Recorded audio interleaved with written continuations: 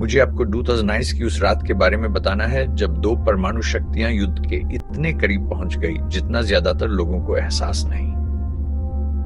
6 फरवरी, भारतीय जेट्स ने पाकिस्तान में प्रवेश किया, बम गिरे, राजनेताओं ने जश्न मनाया। लेकिन वास्तव में क्या हुआ था? अगर मैं कहूं कि आपने जो कुछ सुना था वो लगभग सब गलत था।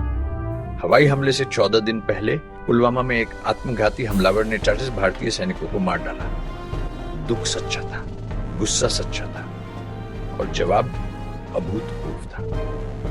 26 फरवरी 2009 सुबह 3 बजे भारतीय मिराज दूतन जेट्स ने पाकिस्तानी हवाई क्षेत्र का उल्लंघन किया, बालाकोट बम गिराए, दावा किया कि आतंकवादी प्रशिक्षण शिविर नष्ट कर दिया। भारत ने घोषणा की कि उन्होंने बड़ी संख्या में आतंकवादियों को मार डाला। लेकिन उस रात कुछ और भी हुआ था, कुछ जिसके बारे में कोई बात नहीं कर रहा था।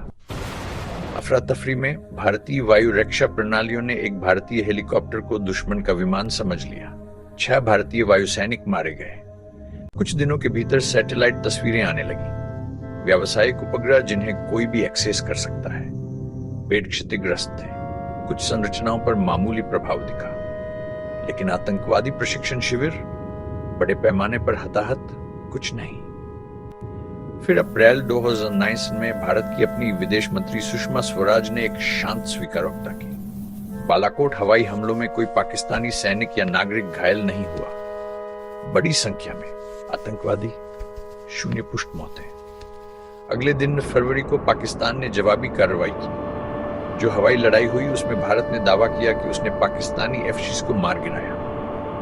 अमेरिकी रक्षा विभाग, जो पाकिस्तान को बेचे गए हर F-16 को ट्रैक करता है, ने कोई भी लापता नहीं पाया। दावा झूठा था।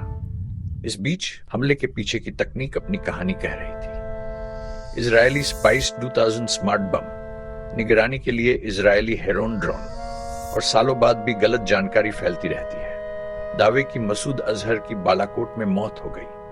उसकी मौत नहीं हुई। वह 2007 में पाकिस्तान में सार्वजनिक रूप से दिखा। यहां बालाकोट को वास्तव में डरावना बनने वाली बात है।